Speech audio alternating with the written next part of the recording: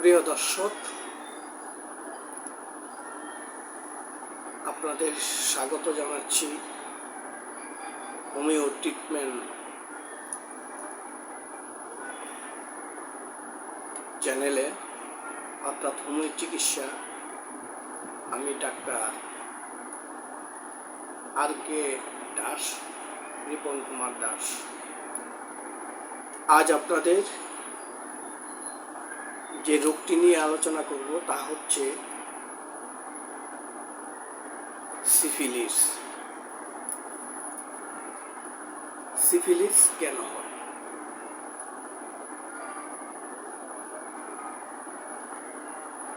দূষিত সঙ্গমের ফলে পুরুষ দিকের লিঙ্গমুণ্ডে এবং স্ত্রীলোকদের বৃহৎ ও ক্ষুদ্র যোনিক কপাটে ক্ষত লক্ষণ সিফিলিস দোষের সূচনা বা প্রাথমিক রূপ।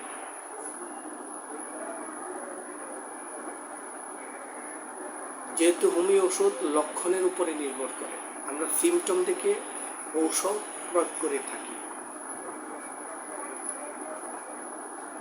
তাই আমাদের লক্ষণটাকে প্রাধান্য দিতে হবে। সিফিলিস রোগের লক্ষণটা কি? লিঙ্গমুণ্ডে, পুরুষ দিকের লিঙ্গমুণ্ডে এবং স্ত্রীলোকদের ক্ষুদ্র ও বৃহৎ যোনিকপাটে ক্ষত লক্ষণ। এই হচ্ছে সিফিলিসের প্রাথমিক সিমটম। আচ্ছা, একটি কথা অবশ্যই মনে রাখতে হবে, এই সিফিলিস রোগ একটি যৌন রোগ। যৌন মিলনের ছাড়া বা যৌন মিলনের ইতিহাস না থাকলে সিফিলিস রোগ সৃষ্টি হইতে পারে না। সিফিলিস রোগ যৌন মিলনের ধারা এক দেহ হইতে অন্য দেহে সংক্রামিত হয় বলিয়া সিফিলিসকে যৌন রোগ বলা হয়। এটা হচ্ছে মূল কারণ। কি?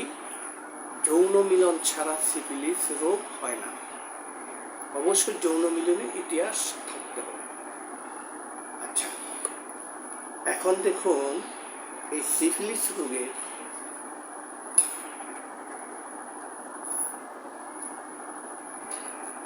আক্রান্ত ব্যক্তির বা রোগীর সিমটমগুলি কেমন হয়ে থাকে? সিফিলিস রোগীর চামড়া অর্থাৎ ওই ক্ষতস্থান সবসময় ভিজে থাকে। ওই যে ক্ষতটা হলো লিঙ্গমুণ্ডে, তা ভিজে থাকবে। দেখবেন সিফিলিস রোগ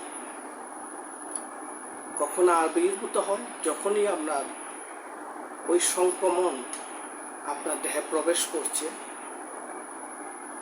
আপনি তো আর বুঝতে পারলেন না। তা থেকে কমপক্ষে 15 দিন কি 20 দিন পরে আপনার ওই সিফিলিস রোগের সিমটম দেখা দিবে। আপনার লিঙ্গমুণ্ডে বা যোনিকপাটে ঘুরি ঘুরি ছোট ছোট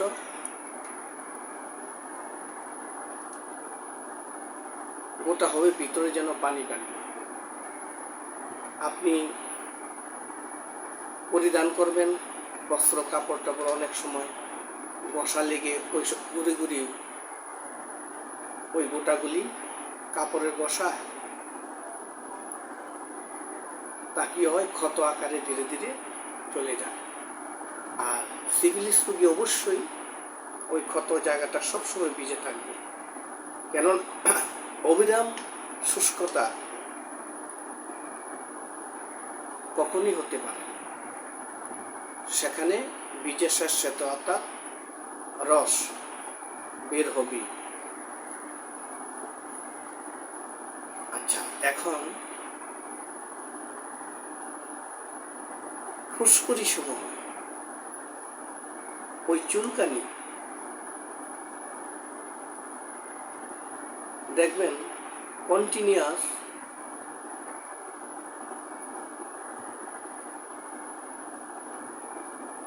ভিজে থাকে, মনে হচ্ছে পুজ জমা হচ্ছে, কিনার দিয়ে ফুলে যায়।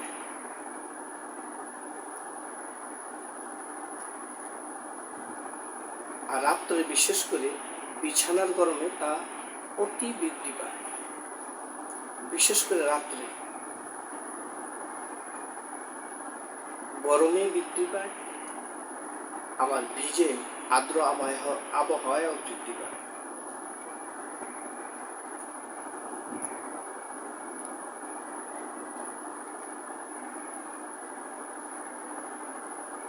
এইসব লক্ষণগুলো সিফিলিস রোগের জন্য হয়ে থাকে। তাহলে এই রোগের হোমিও চিকিৎসা কি? অতি সুন্দর, অতি ভালো এবং কার্যকরী হোমিও ওষুধ প্রয়োগ করলে সিফিলিস রোগ 15 থেকে 20 দিনের মধ্যে আপনার আরোগ্য হয়ে যায়। কিন্তু একটু ধৈর্য সহকারে ওষুধ সেবন করতে হবে। আচ্ছা, আমি এখন ওষুধের কথা বলব।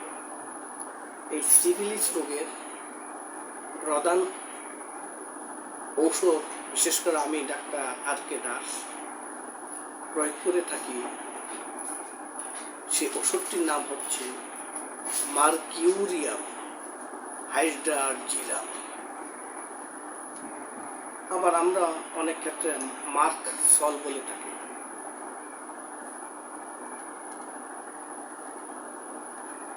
বা অনেকে মার্ক ভাইবাস বলে থাকে। তাহলে এই মার্ক সল ওষুধটি সিফিলিস রোগের অন্যতম প্রধান একটি হোমিও ওষুধ। এটা শক্তি কি?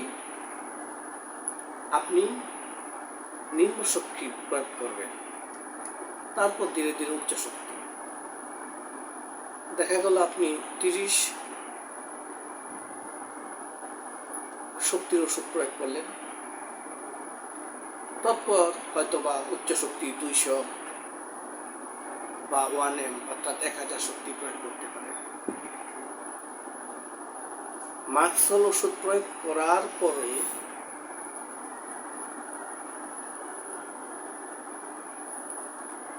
অথবা সাথেও দিতে পারেন আরেকটি ওষুধ, তার নাম হয়েছে কেলুট্রোপিস।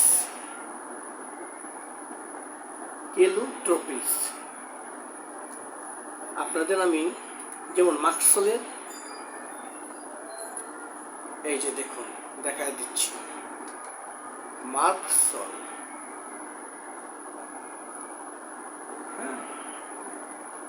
মার্কসল ওষুধটি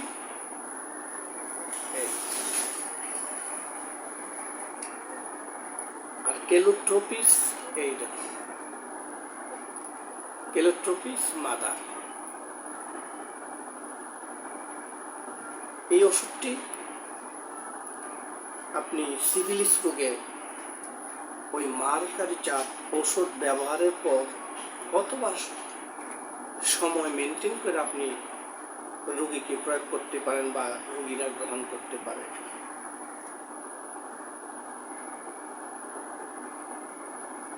মার্কসল এবং কেলুট্রোপিস পরপর ব্যবহার করে আমি অনেক রোগী আরোগ্য লাভ করতে পেরেছি। কেলুট্রোপিস মাদার কিভাবে ব্যবহার করা হবে?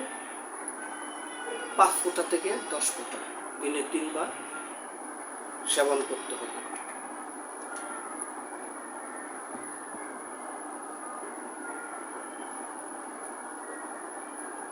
সিফিলিস রোগ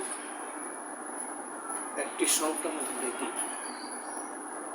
রোগ তো মানুষের হইতেই পারে, সুতরাং রোগ হলে কখনো গ্রাফ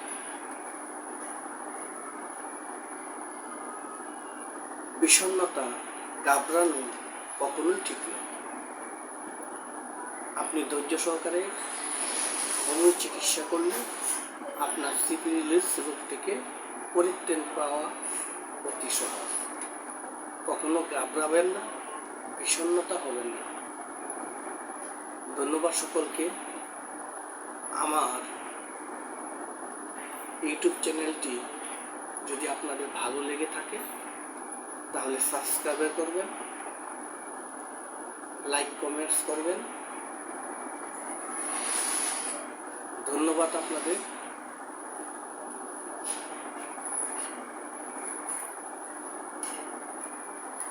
সৃষ্টিকর্তা যেন সকলকে ভালো রাখেন, সুস্থ রাখেন।